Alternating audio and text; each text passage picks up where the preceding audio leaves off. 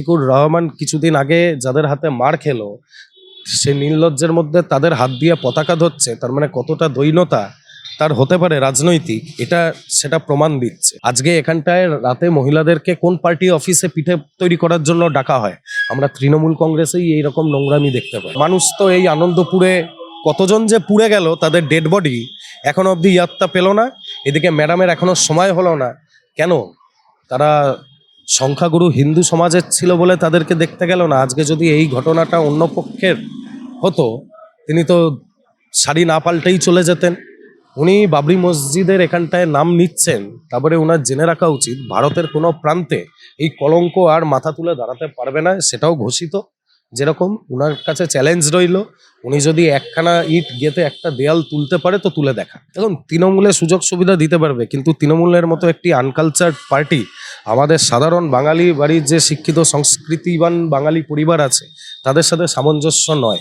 এখানটায় পাড়ার সমস্ত লোফাল রাস্কেল যেগুলো আছে তারা এখানটায় তৃণমূল পার্টিটা করে। আজকে এই প্রতিকুর রহমান কিছুদিন আগে যাদের হাতে মার খেলো, সে নির্লজ্জের মধ্যে তাদের হাত দিয়ে পতাকা ধরছে, তার মানে কতটা দৈন্যতা তার হতে পারে রাজনৈতিক, সেটা প্রমাণ দিচ্ছে।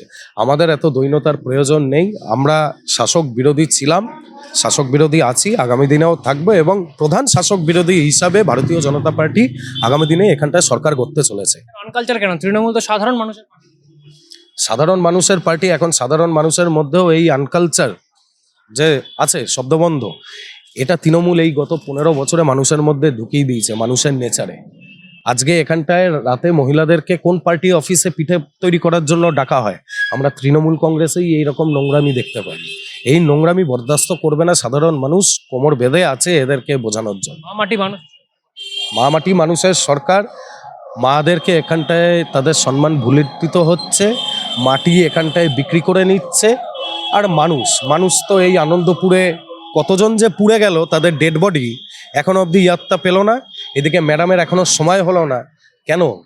তারা সংখ্যাগুরু হিন্দু সমাজের ছিল বলে তাদেরকে দেখতে গেল না? আজকে যদি এই ঘটনাটা অন্য পক্ষের হতো, তিনি তো শাড়ি না পাল্টেই চলে যেতেন। এটা আজকে হিন্দুদের সাথে হয়েছে বলে, তার জন্য এটা নিয়ে বিশেষ কিছু মাথা ব্যথা নেই। এরকমভাবে হিন্দুদের এই রাজ্যে এরকমভাবেই মরতে হবে এই সরকার যতদিন থাকবে।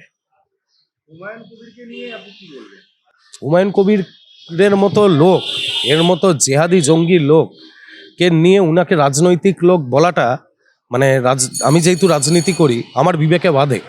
উনি বাবরি মসজিদের এখানটায় নাম নিচ্ছেন, তারপরে ওনার জেনে রাখা উচিত ভারতের কোনো প্রান্তে এই কলঙ্ক আর মাথা তুলে দাঁড়াতে পারবে না, সেটাও ঘোষিত। যেরকম ওনার কাছে চ্যালেঞ্জ রইল, উনি যদি একখানা ইট গেঁথে একটা দেয়াল তুলতে পারে তো তুলে দেখা। কি বলছেন 2 বছরের মধ্যে বলছেন বাবরি মসজিদ তৈরি হয়ে যাবে? তো 2 বছর, আজকে 2 মাসের মধ্যে এখানে সরকার পাল্টে যাবে, আর উনি 2 বছরের হিসেব দিচ্ছে, ঠিক যুবসাথীর মতো। যুবসাথী বলছে যে এখানটায় করুন, আগস্ট মাস থেকে টাকা পাবেন।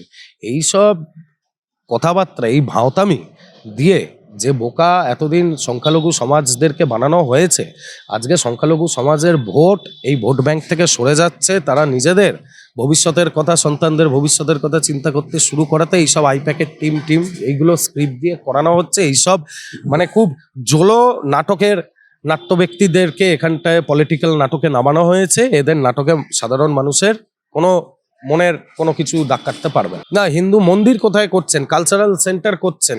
একটা সরকার কখনো সরকারের কোষাগার থেকে অর্থ দিয়ে এখানটায় একটা মন্দির করতে পারেন না। উনি লিখছেন কালচারাল সেন্টার আর বলছেন মঞ্চে মন্দির করছি। আজকে কেন উনাকে করতে হচ্ছে? উনি তো কোনো ধর্মীয় সংগঠনের উপযাজক হিসাবে এই মন্দির করছেন না, রাজনৈতিক লোক হিসাবে করছেন। আজকে তিনিই তো এখানটায় বাবরি যে বলছে, এই বাবরির কলঙ্ক নাম, তিনিই তো আস্কারা দিয়ে তাকে করছেন। যদি হয় তা আজকে যেখানটায় হিন্দুদের সেন্টিমেন্টে বাবর এখানটা একখানা কলঙ্কের বিষয় রাখে, তো তার নামে এখানে হচ্ছে বলে এখনো হুমায়ুন কবিরকে অ্যারেস্ট করা হলো না কেন? আজকে এই মমতা ব্যানার্জির প্রশ্রয়, এই হুমায়ুনদের বারবারান্ত, এটা আর 2 মাসের ইলেকশন আছে, এই বারবারান্ত একদম ছুটিয়ে দেবে পশ্চিমবাংলার মানুষ।